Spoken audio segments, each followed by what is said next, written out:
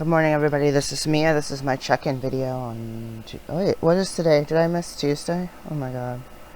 On Wednesday, I was going to make a video on Saturday on Storytime Continued, but I didn't have an opportunity on Saturday, so I don't even know if I posted the Friday morning videos where I ended in a story time. I think it was an hour and something, hour and 6 minutes or something. Because I was going to divide it up, which I probably should have done. Hopefully you could hear me at keeping the dehumidifier on right now. So I'm coming up in some life challenges, both career/networking and networking. Let's put it at that. Two separate things. And then my body is a mess. I pulled something. I put my back out. I don't know what happened. I've been grinding my teeth. And my knee, my right knee is really bothering me. And my shoulder is just, it's unbearable. Like, even like if I walk down the street, just that movement of my arm hanging is excruciating. It's like it feels like the tendon is going out of the socket, or that there's a tear on a rotator cuff or something that never got evaluated, and like it feels like it's inflamed and rubbing against like something in the wrong way. That's what it feels like.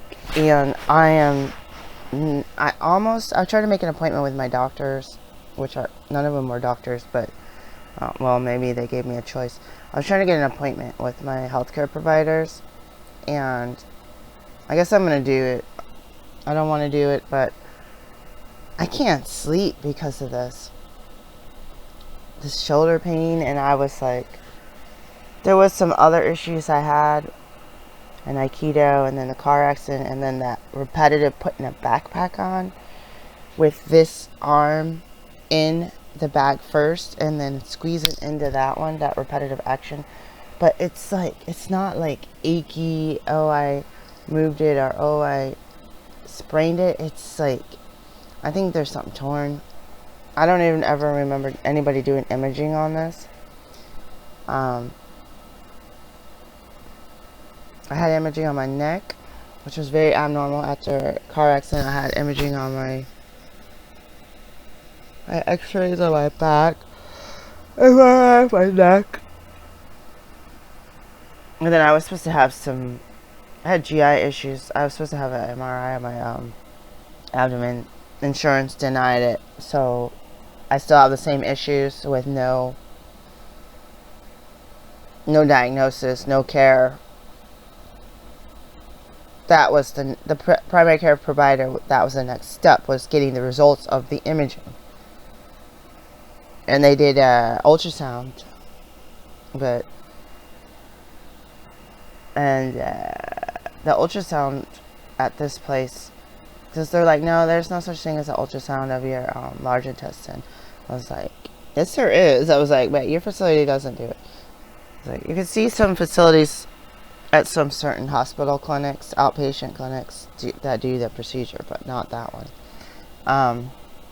I hate when people say, no, there's no such thing. I was like, there is such a thing, and I was hoping that you could do that. So my doctors order imaging and labs, and I don't see it until after I get the results. I don't see what they ordered. So me, as a healthcare provider, it's like, ugh. Even if I say, can you please order such and such? Like, oh, yeah, we'll do that. It's like, oh, your vitamin D was like 4. Oh, can you order my vitamin D because I've been supplementing and you guys refuse to my vitamin D?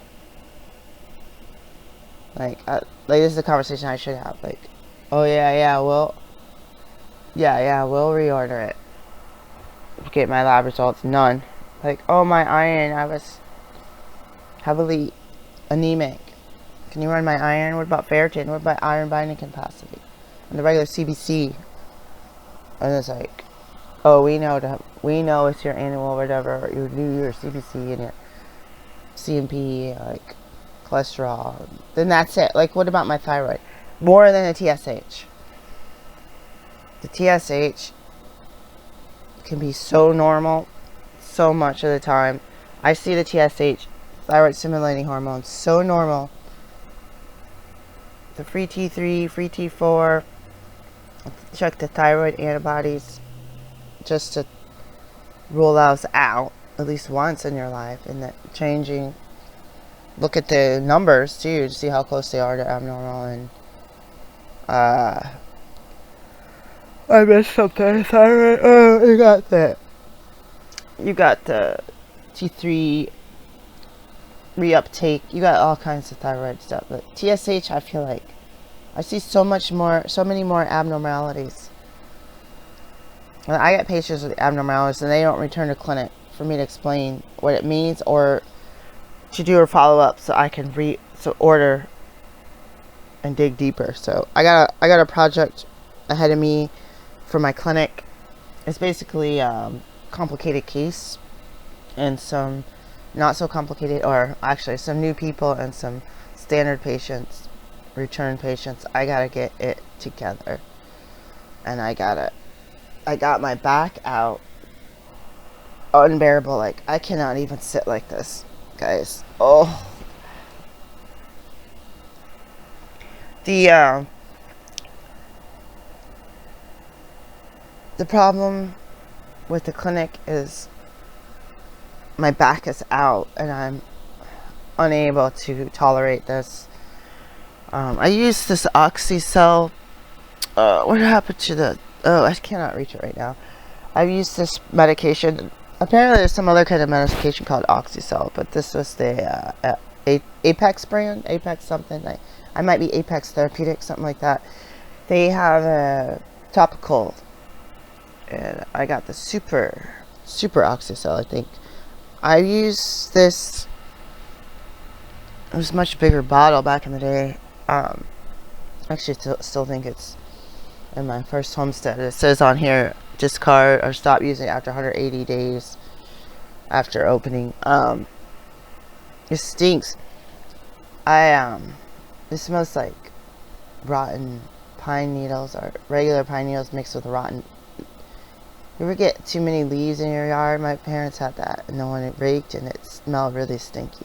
It smelled like natural, like, yeah, but it's like pungent, like not even like, I don't know, like moldy kind of. I don't know. I should say something that's like smells moldy. But I have used that when I was in an auto accident, which was almost exactly 10 years ago, and I have, I think a chiropractor prescribed that. I tried to contact that chiropractor in the last 5 years, and that I needed some. I don't know if I needed some paperwork. I had some paperwork. No response, so I gave up. The networking issue is, so yeah, the clinic is having these hiccups because of my physical body, and then my treatment for the mental health, where the provider said, don't work these days. And I'm finding that part of the next day is overwhelming. So I cranked out some work Monday, and I think that's contributing to the stress. I'm really upset at my mind and my body. But during this treatment days, it's so overwhelming. And then taking the time out to do the appointments has been really overwhelming in my schedule. Like, unbelievably overwhelming because of the severe ADHD and the PTSD. The PTSD has caused a lot of anxiety, just going in and all. So I have another appointment for dental today. It's getting out of control. They keep charging me. And my dental health has been pretty poor these past couple weeks since I went. So I kind of wish I canceled because of my back, because I don't even want to, like, I feel like I can't move. It almost doesn't even feel like my back. It almost feels like the back of my hip, my pelvic bones, it feels like that girdle. Feels like something's off there with my left side.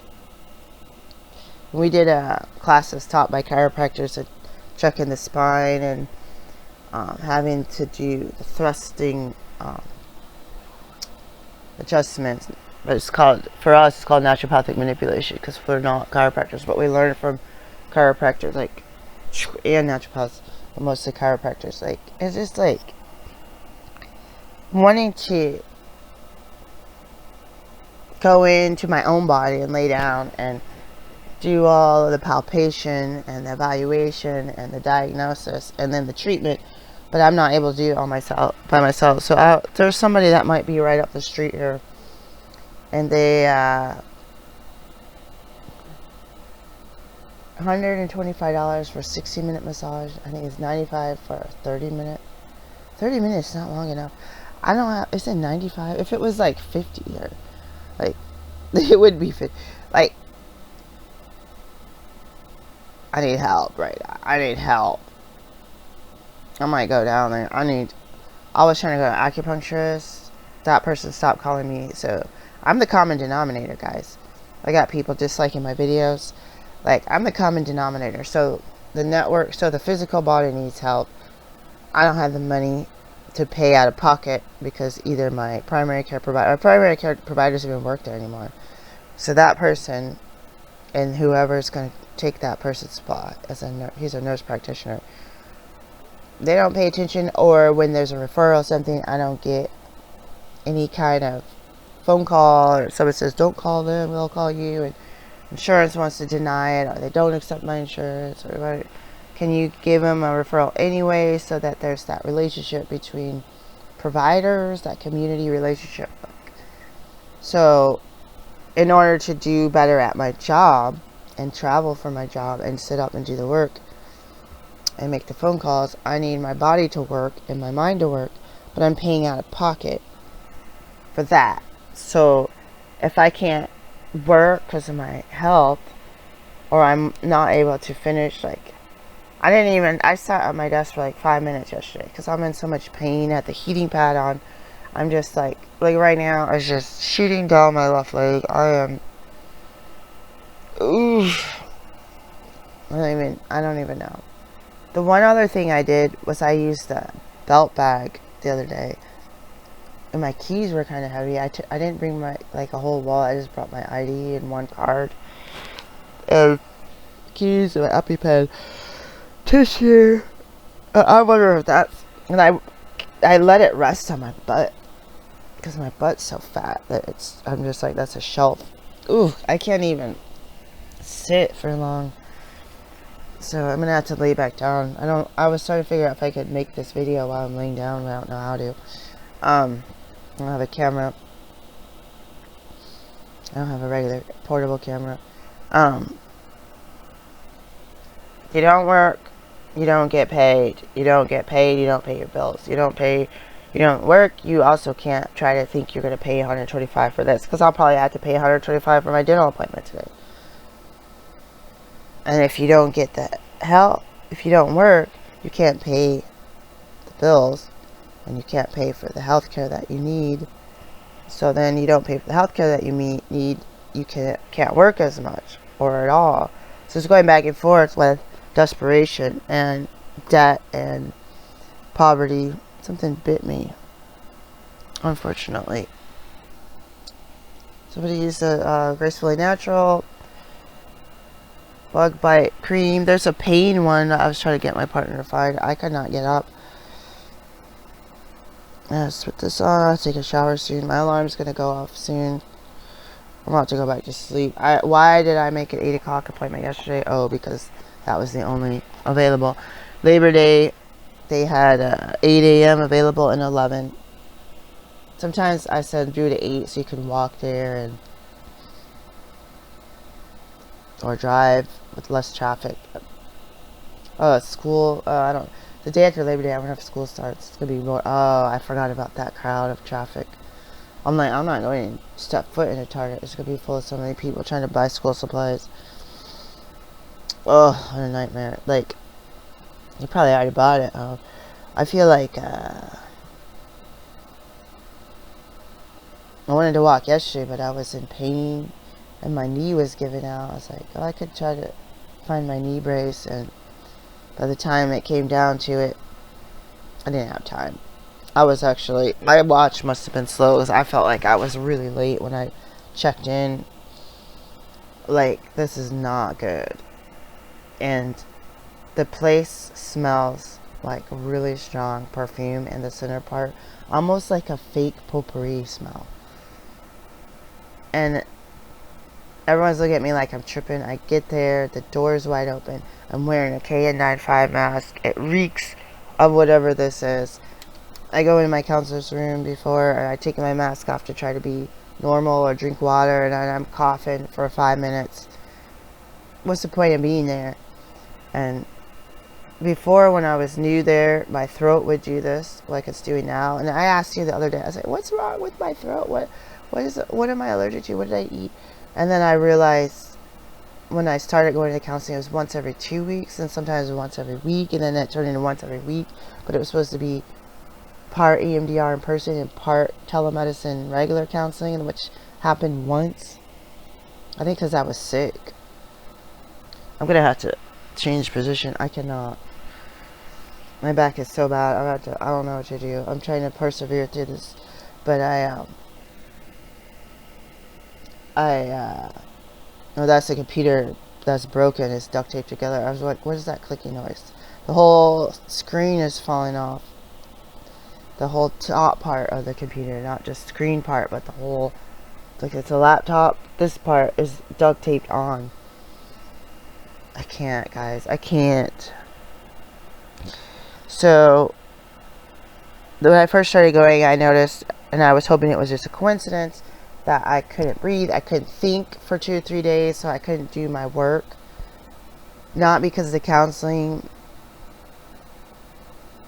at the early stages, but because of the allergic reaction to whatever chemicals and perfumes they're using.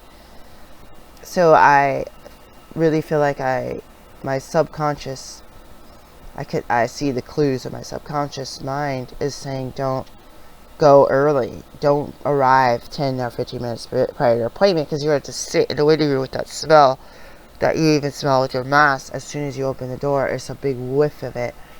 And then I'm sick. I got a headache. I couldn't hardly think. This is affecting me because I have chemical sensitivity and allergic reaction. We were talking about allergies the other day, and people were talking about the rash, the hives, not just the throat closing up for the anaphylaxis, which I know because I'm a doctor, but people look at me crazy like, you don't have allergies to this. I was like, well, I guess a rash isn't that bad, or I guess, GI bleeding isn't that bad. Like, yeah, it is. It's bad. What was I reading? The things I already know. When someone was talking about a rash to anaphylactic reaction to the chemicals in a store being remodeled while it's open to the public. Like, every time you go back, the symptoms will likely get worse till you potentially have serious anaphylactic emergency. So I was like, that's how I was before I was in medical school. I said the symptoms of the allergic reaction are getting worse every time, but nobody was taking me seriously. So I was thinking that it was in my head, but I was like, there's a pattern. And I did elimination diet, re-added stuff. And my kids would be like, oh, you're tripping, it's all in your head, you're not allergic to anything. And then they're like, what are you exposed to? Because now all of a sudden your entire face is, starting with my forehead, is broke out in hives. And I've been having these hives since I was an infant. My mom told me when I was older that I had broke out in hives the first time my grandma on my dad's side held me. So I wonder if it was laundry detergent, chemicals, perfumes, something that she ate. Hold on, I'm trying to plug this thing in. What is going on?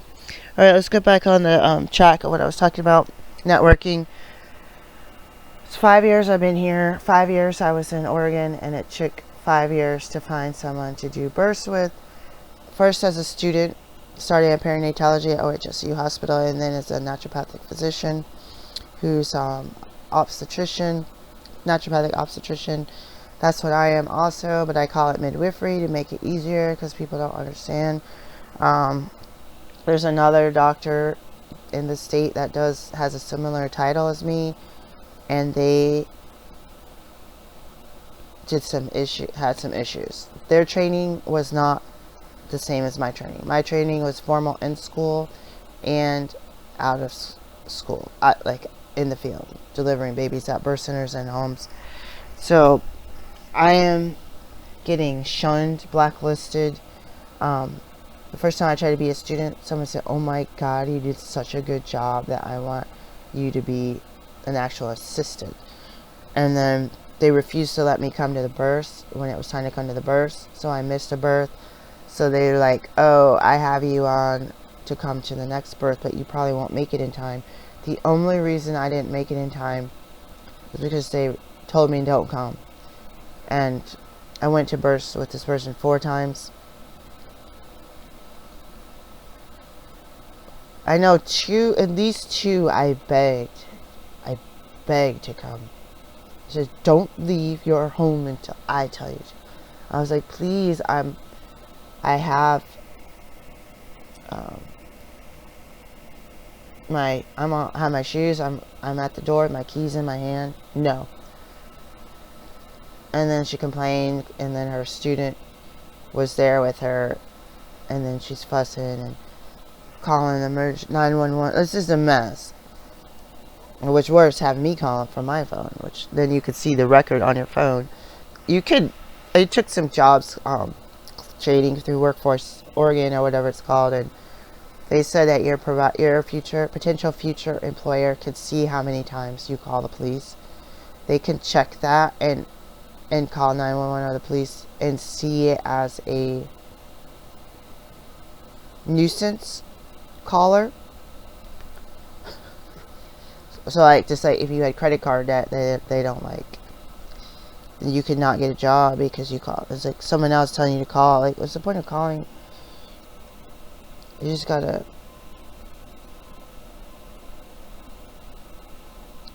I think there was D-cells once. I'm not gonna go into detail, but I was like, all right, when they're trading with a physician in the hospital, out of hospital, the situations that I saw were not urgent.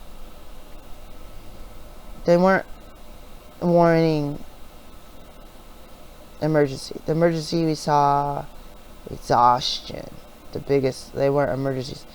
Transfers with physician at home births.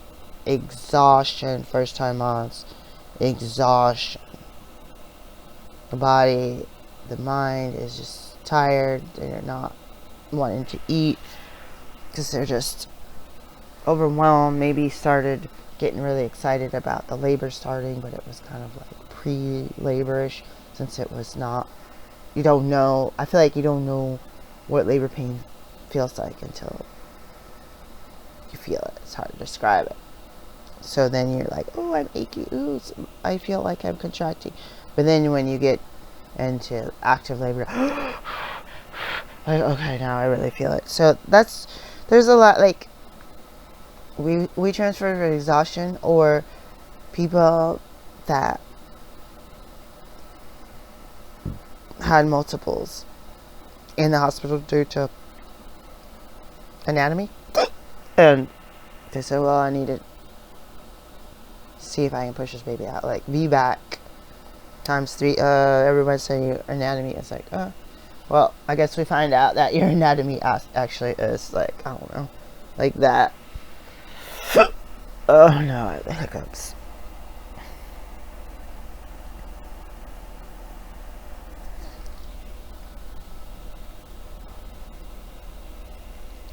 Anyways, that's my spiel on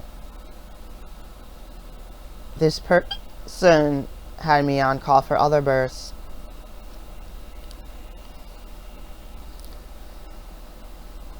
Six weeks. Typically, I don't think here in the state you could do 36 weeks. People don't do 36 on purpose, but sometimes if you're the primary and they don't have any other carriers, you feel like you're still going to go over there and monitor symptoms, monitor heart tones and blood pressure and all that.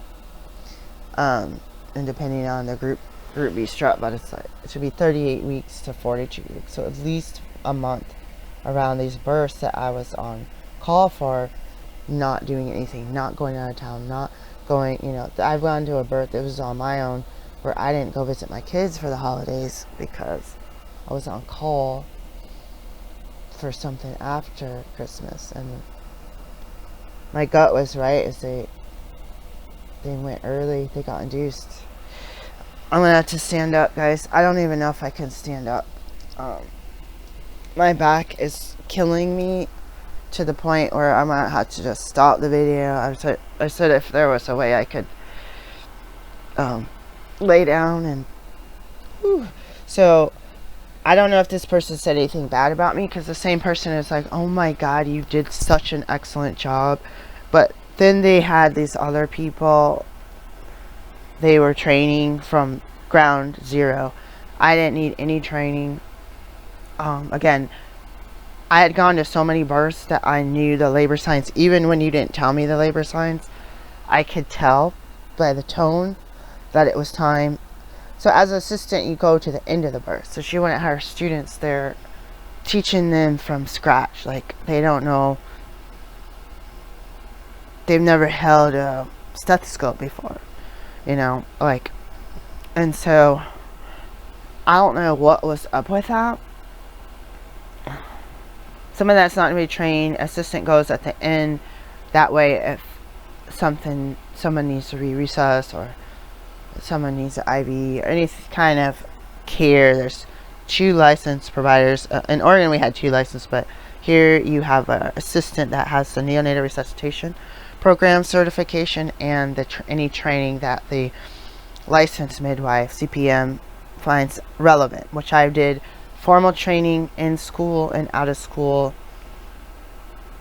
By 6 years of the graduate medical school program as a physician, so 6 years in the school, and plus that last year I was on call for births 24/7.